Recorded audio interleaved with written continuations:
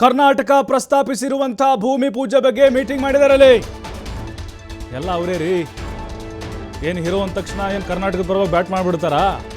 Hero ಆದರೆ ಅಲ್ಲಷ್ಟೇ, ಕರ್ನಾಟಕಕ್ಕಲ್ಲ. ಸ್ಟಾಲಿನಿಂದಾಗೂ ಕೂಡ ಹಿಂಗೆ ಆಯ್ತು, ಜಯಲಲಿತದ ಹಿಂಗೆ ಆಯ್ತು. ಯಾರು ಬರ್ತಾರೋ ಅವ್ರು ಹಂಗೆ. ನಮಗೆ ಬೇಕಾಗಿರೋದು ನಮ್ಮ ನೆಲ ಜಲ ಭಾಷೆ ವಿಚಾರ ಅಂತ ಬಂದಾಗ ಕರ್ನಾಟಕದ ಎಲ್ಲ ಪಕ್ಷಗಳು ಒಗ್ಗಟ್ಟಾಗಿರ್ಬೇಕಿಲ್ಲಿ. ನೋಡಿ, ಇಲ್ಲಿ ಮೀಟಿಂಗ್ ಮಾಡಿದ್ದಾರೆ ಅವರು. ಜಲತಜ್ಞರು, ಕಾನೂನು ತಜ್ಞರ ಜೊತೆ ಮುಖ್ಯಮಂತ್ರಿ ವಿಜಯ್ ಚರ್ಚೆ ಮಾಡಿದ್ದಾರೆ. ನಿರಂತರ ಕಾನೂನು ಹೋರಾಟ ಕೈಗೊಳ್ಳೋಕೆ ವಿಜಯ್ ಸೂಚನೆ ಕೊಟ್ಟಿದ್ದಾರಂತೆ.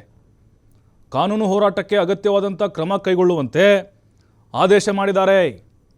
ತ್ವರಿತವಾಗಿ ಎಲ್ಲ ರೀತಿಯ ಕ್ರಮ ಕೈಗೊಳ್ಳಬೇಕು ಅಂಥೇಳಿ ತಾಕೀತು ಮಾಡಿದ್ದಾರೆ. ತಮಿಳುನಾಡಿನಲ್ಲಿ ಕಾಂಗ್ರೆಸ್ ಬೆಂಬಲದೊಂದಿಗೆ ವಿಜಯ್ CM ಆಗಿದ್ದಾರೆ. ಇಲ್ಲಿ ಕಾಂಗ್ರೆಸ್ ನಾಯಕರು ಏನು ಹೇಳ್ತಾರೆ ಹಾಗಾದರೆ? ಅವ್ರ ಪಾತ್ರ ಬಹಳ ಮುಖ್ಯ ಇದೆ. ಈ ಹಿಂದೆ ಸ್ಟಾಲಿನ್ ಇದ್ದರು, ಅವ್ರದ್ದು ಮೈತ್ರಿ ಇತ್ತು ಕಾಂಗ್ರೆಸ್ದು.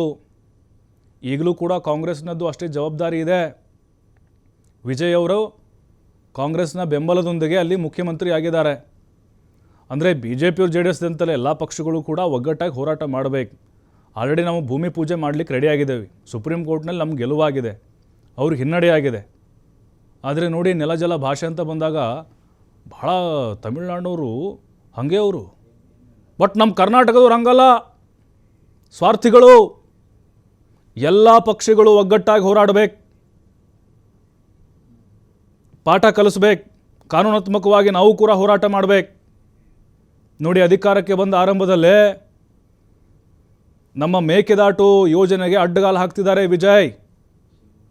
ಖಡಕ್ಕಾದಂಥ ರಿಯಾಕ್ಷನ್ ಇರಬೇಕು ನಮ್ಮದು.